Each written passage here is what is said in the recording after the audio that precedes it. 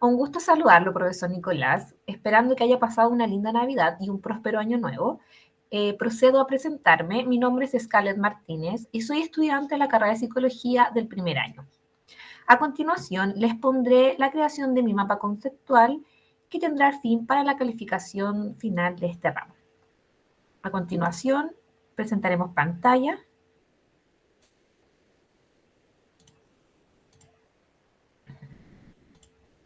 Y comencemos.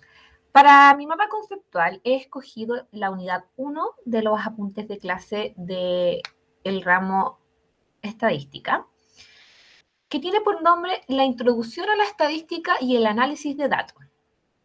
Encontraremos que la estadística es la ciencia pura y aplicada que crea, desarrolla y aplica técnicas para la descripción de los datos y la evaluación de la incertidumbre de inferencia inductivas. Esta nos permite entender comportamientos, procesos y fenómenos individuales y sociales. No analizará así a un individuo aislado. Por otro lado, vamos a pasar a la estadística y qué es lo que aporta la estadística a psicología. Bueno, esta aportará con un riguroso procedimiento de observación, registro, comparación, medición y análisis o con investigación como tal. También nos aportará con un rigor de observación sobre un conjunto de valores, organizando las observaciones y así facilitando la generalización de los resultados. También pondrá en correspondencia las ideas con las que se observará dicha investigación y confrontará la teoría con los hechos como tal. Pasaremos a los procedimientos estadísticos. Estos tienen algunas distinciones. Por un lado vamos a encontrar los cualitativos, que se orientan a medir cualidades de fenómenos observados. También a utilizar la recolección y el análisis de datos para afinar las preguntas de investigación o revelar algunas interrogantes necesarias para esta. También encontraremos las cuantitativas, que buscan responder y medir a la pregunta de ¿cuántos?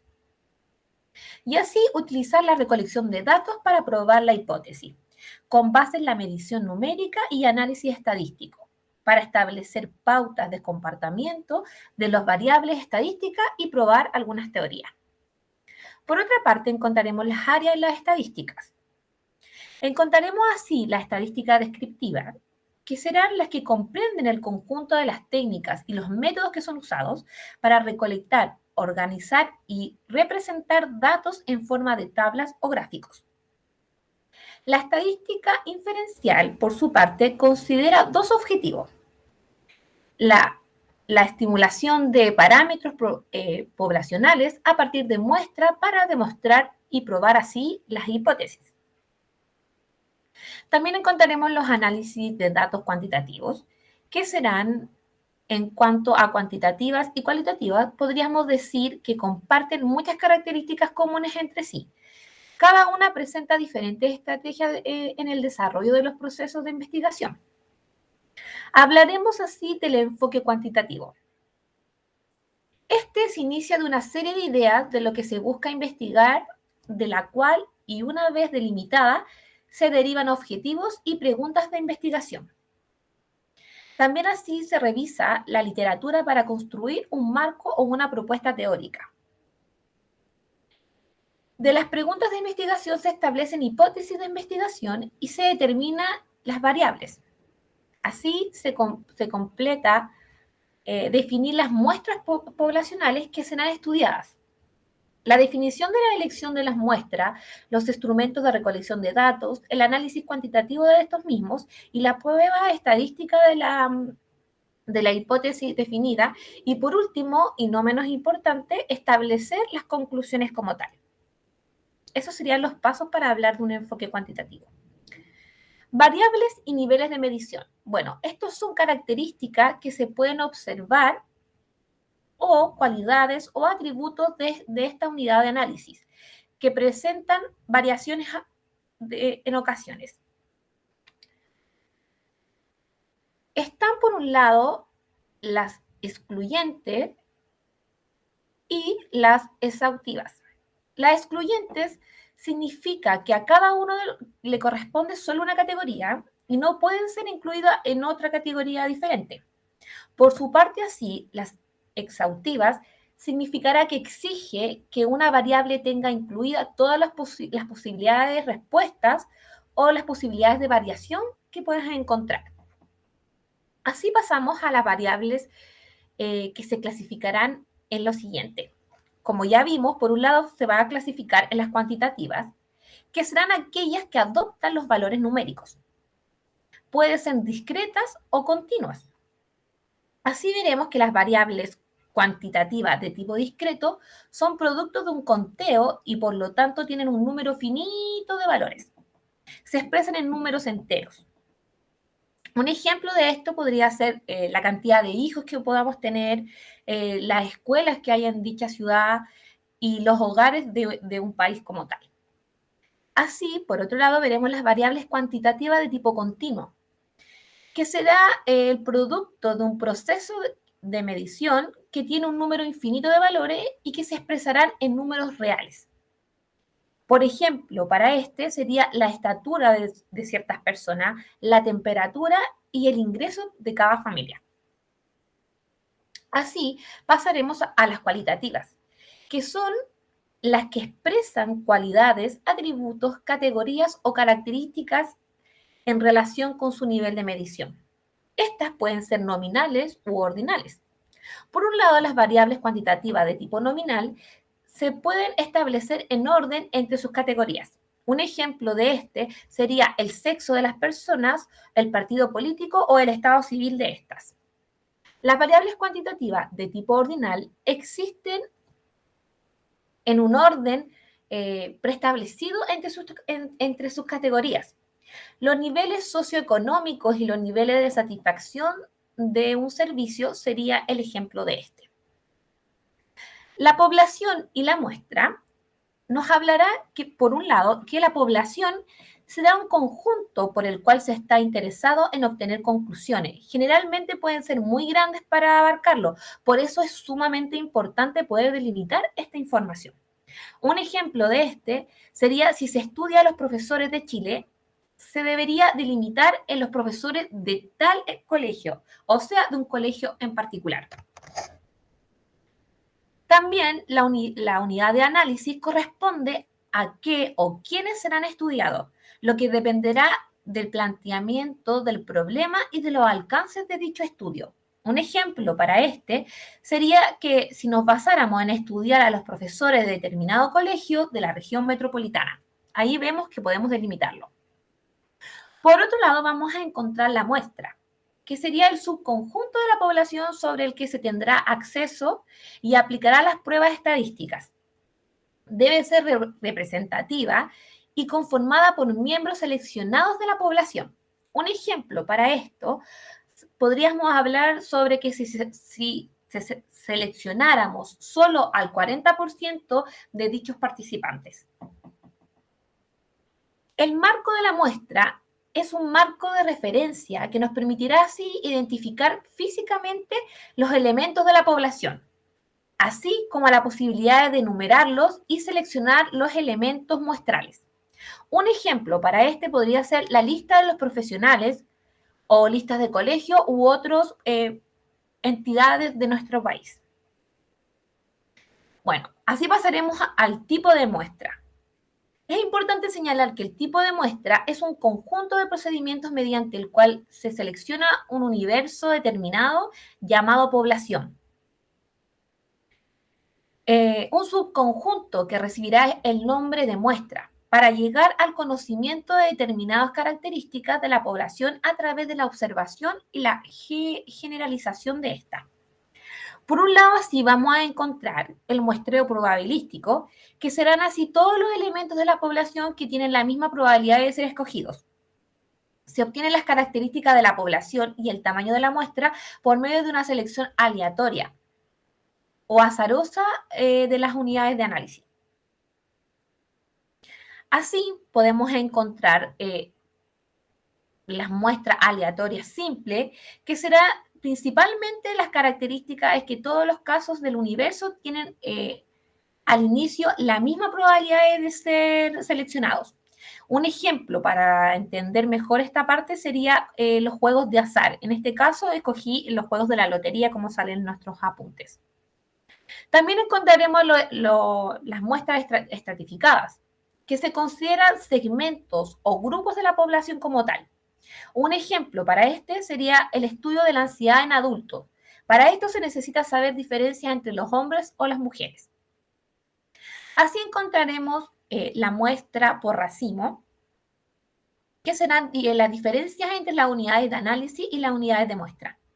Las unidades de análisis indica que va a ser medido y la unidad de muestra se refiere al racimo por el cual se logra el acceso a dicha unidad de análisis.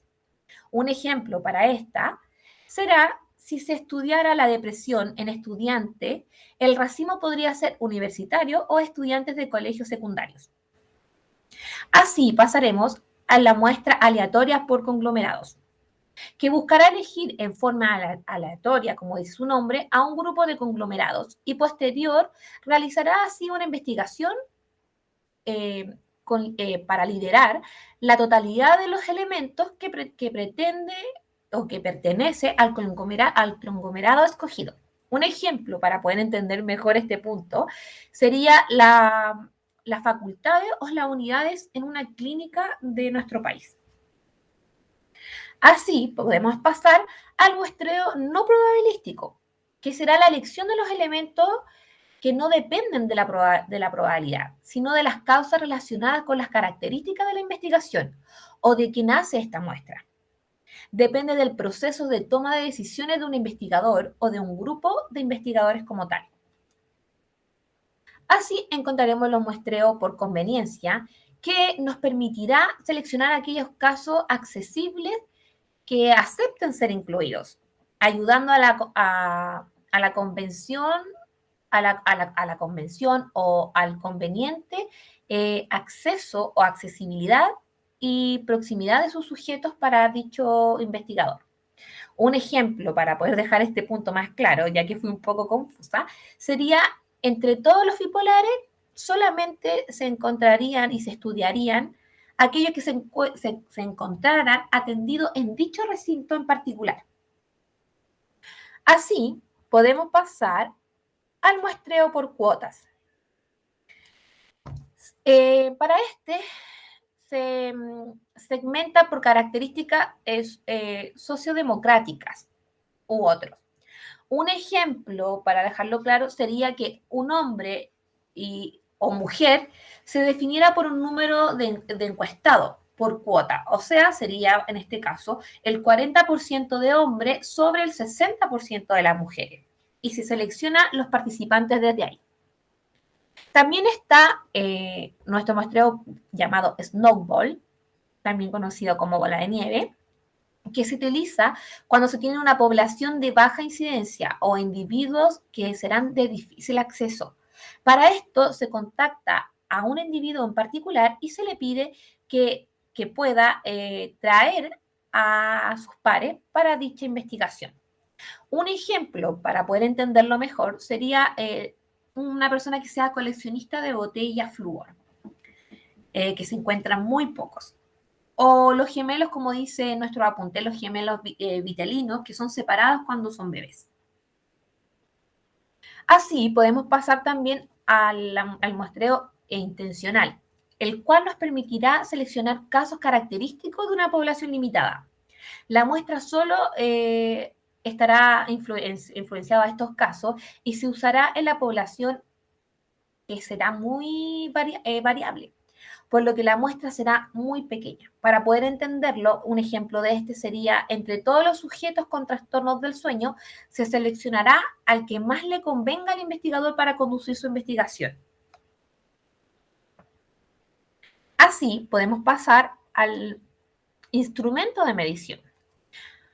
Por lo que toda medición o instrumento de recolección de datos debe reunir 3 requisitos básicos. Los que son instrumentos de medición adecuados es aquel que registra datos observables, que representan verdaderamente los conceptos o las variables. del investigador como tal. Las funciones de la medición es establecer una correspondencia entre el mundo real y el mundo conceptual.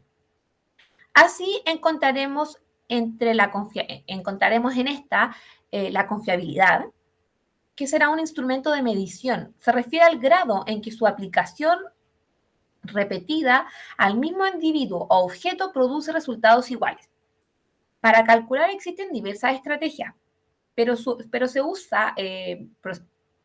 usan procedimientos y formas que producen coeficientes de fiabilidad. Se usa en este caso mayormente la medida establecida o el método de formas alternativas. La validez se refiere particularmente al grado en que un instrumento realmente mide la variable que pretende medir, valga la redundancia.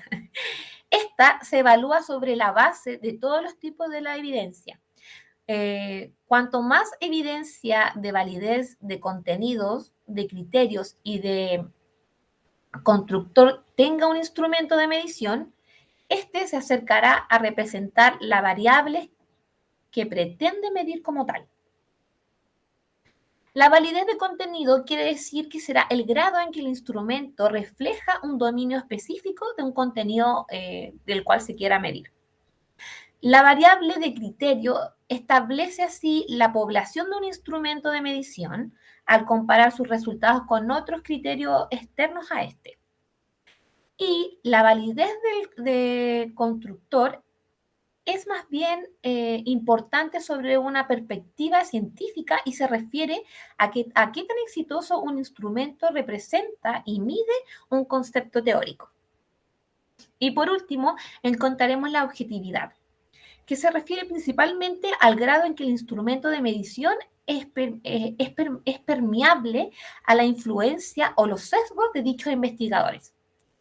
Se refuerza así mediante la estandarización y la aplicación del instrumento y en la evaluación de resultados de dicho instrumento. Bueno, para poder terminar, quiero añadir las referencias bibliográficas, que serán nuestros apuntes de clase, otorgados por nuestra universidad. En este caso será Guzmán R. 2020, Introducción a la Estadística y al Análisis de Datos, apunte de clase, Unidad 1, Fundamento Estadístico, Universidad de UNIAC. Espero que se encuentre muy bien y muchas gracias por el tiempo otorgado en este ramo. Me despido muy cordialmente.